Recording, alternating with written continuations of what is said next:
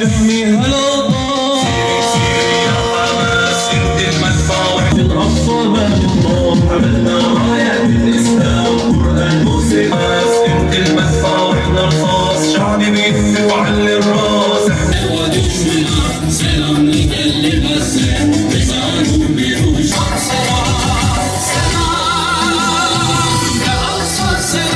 yer alma ve Siyonizme baş kaldırma adına yaptığımız direniş nöbetimize devam ediyoruz. Gazze nöbetimiz aralıksız devam ediyor.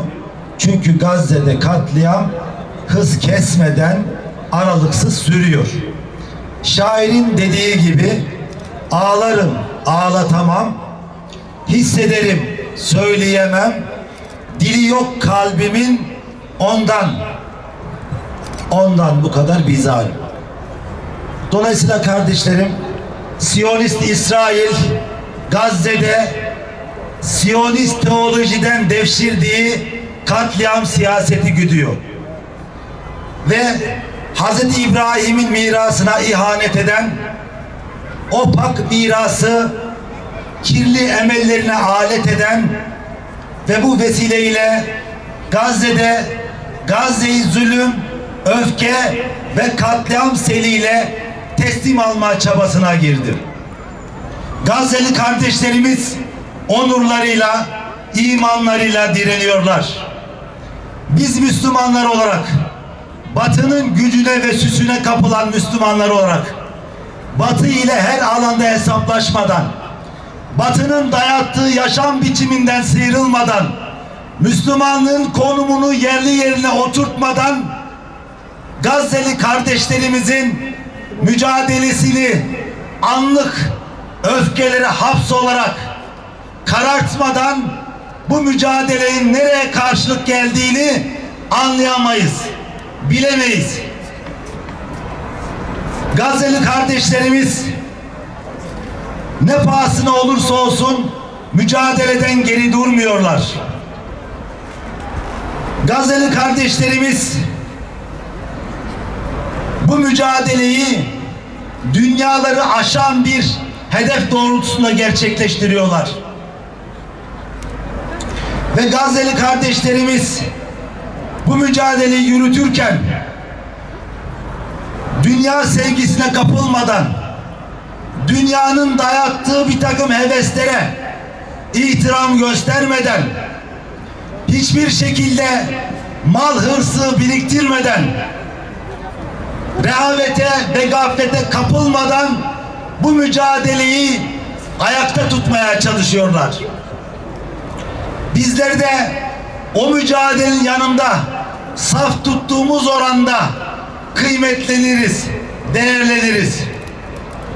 Ve Gazze'li kardeşlerimiz bu mücadeleyi tüm acılarıyla, tüm yokluklarıyla, tüm sıkıntılarla birlikte göğüslemeye devam ediyorlar.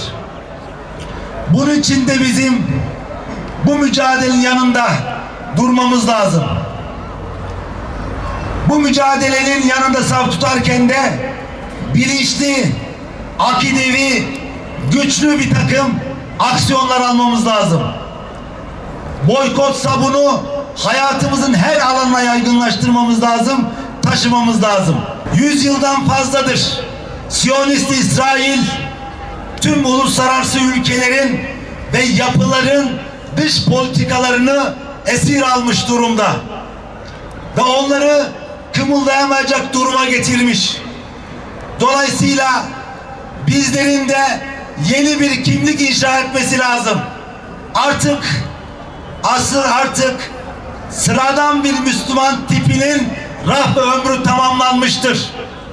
Bizim ayetlerin ve hadislerin işaret ettiği kişiliğe bürünmemiz lazım.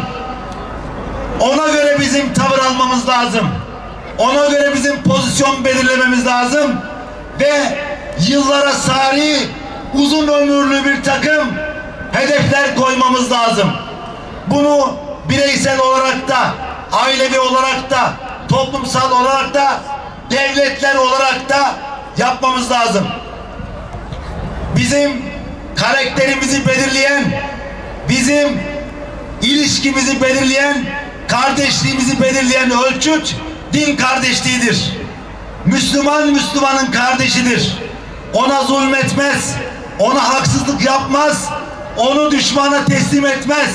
Dolayısıyla petrol satmak suretiyle, anlaşma yapmak suretiyle, ilişki geliştirmek ve derinleştirmek suretiyle İsrail'in yanında pozisyon olan kim olursa olsun kardeşimiz değildir.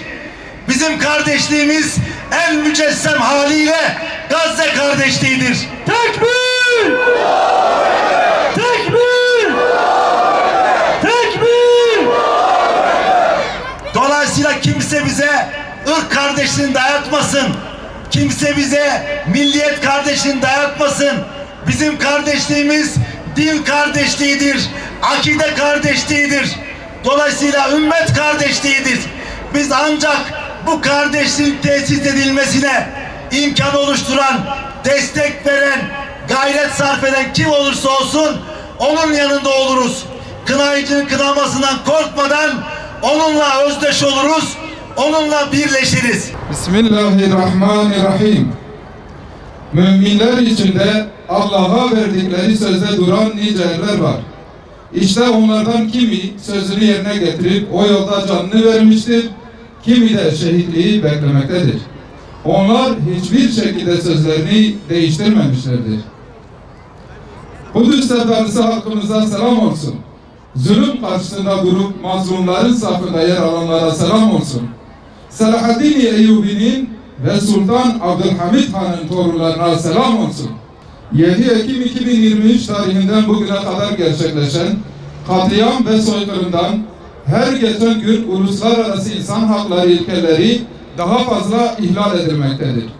Ayrım gözetmeden hastanelere, sivil yerleşim yerlerine, ibadethanelere, uluslararası yardım kuruluşlarının bulunduğu alanlara yönelik karadan ve havadan saldırılar düzenlenmektedir. Bu saldırılarda çoğunluğu kadın ve çocuk olmak üzere binlerce masum sivil hayatını kaybetmektedir. Siyonist terör çeteleri tüm tepkilere, protestolara, kınama mesajlarına rağmen Filistinlilere yönelik sistematik bir şekilde ağır ve insanlık dışı saldırılarını kesintisiz devam ettirerek sivil halkı toplu şekilde cezalandırmakta ve Filistin'de, Gazze'de geniş çapta yıkım ve yok etme politikasını sürdürmektedir. Siyonist terör rejimi taraf olduğu uluslararası sözleşmelerin hiçbirini tanımamaktadır. Birleşmiş Milletler Güvenlik Konseyi'nin 25 Mart 2024 tarihinde derhal ateşkes kararı olmasına rağmen terör şebekesi bu kararı tanımamaktadır. Şu ana kadar yapılan tüm ateşkes çağrıları boşa çıkmıştır. Siyonist terör şebekesi savaş suçlarına her gün bir yenisini eklemektedir. Rafah bölgesine yönelik yoğun şekilde devam eden hava ve kara saldırılarında masum siviller insani bir dram yaşamaktadır. Rafah sınır kapısının Gazze tarafı ele geçirilmiş ve insani yardım koridoru da kapatılmıştır. Siyonist terör rejimi açlığı ve yokluğu sivil halka karşı silah olarak kullanmaktadır. Bu yöntemle Gazze halkını tıpkı bundan 70 yıl önce olduğu gibi tekrar göçe mecbur kılmak istemektedir. Siyonist terör rejimi tarafından Filistin ve Gazze halkına yönelik sistematik ve yaygın şekilde devam ettirdiği soykırım politikalarına dur demenin zamanı çoktan geçmiştir.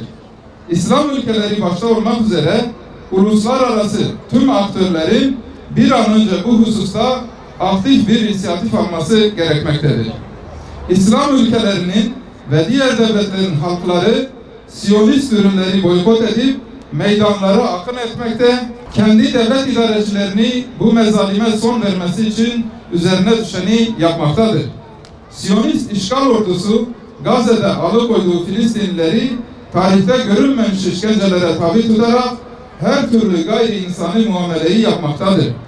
İşgal ordusunun Gazze'de alıkoyduğu Filistinli bir gazeteci götürüldüğü Side Teman alıkoyma merkezinde kendisine ve Filistinlilere yapılan işkenceleri avukatı aracılığıyla kamuoyuna duyurabilmiştir. Filistinli gazeteci Siyonist zindanlarında Filistinlilerin işkence, dar, kötü muamele, zincire bağlanma aç bırakılma, uzuvların işkenceyle koparılması, mermilerin anestezi yapılmadan çıkarılması gibi ihlallere maruz kaldığını belirtmiştir. Söz konusu ihlallerin yapılması tüylerimizi diken diken etmiştir. Buradan vicdan sahibi ülkelerin liderlerine sesleniyoruz. Siyonist vahşeti durdurmak için kınama mesajlarından vazgeçin. Fiili olarak bu zulmü durduracak adımları zaman kaybetmeden derhal atın. Kınamalarla yetinmeyi bırakıp siyasi, diplomatik ve de askeri politikaları devreye koyun. Alınan karar gereği işgalcilerin işgal ettiği Gazze'den çekilmesi, yerden edilen Gazze'lilerin kendi şehirlerine geri dönmesi, insani koridorun açılması, yıkılan şehirlerin yeniden inşa edilmesi süreci derhal başlatılmalıdır.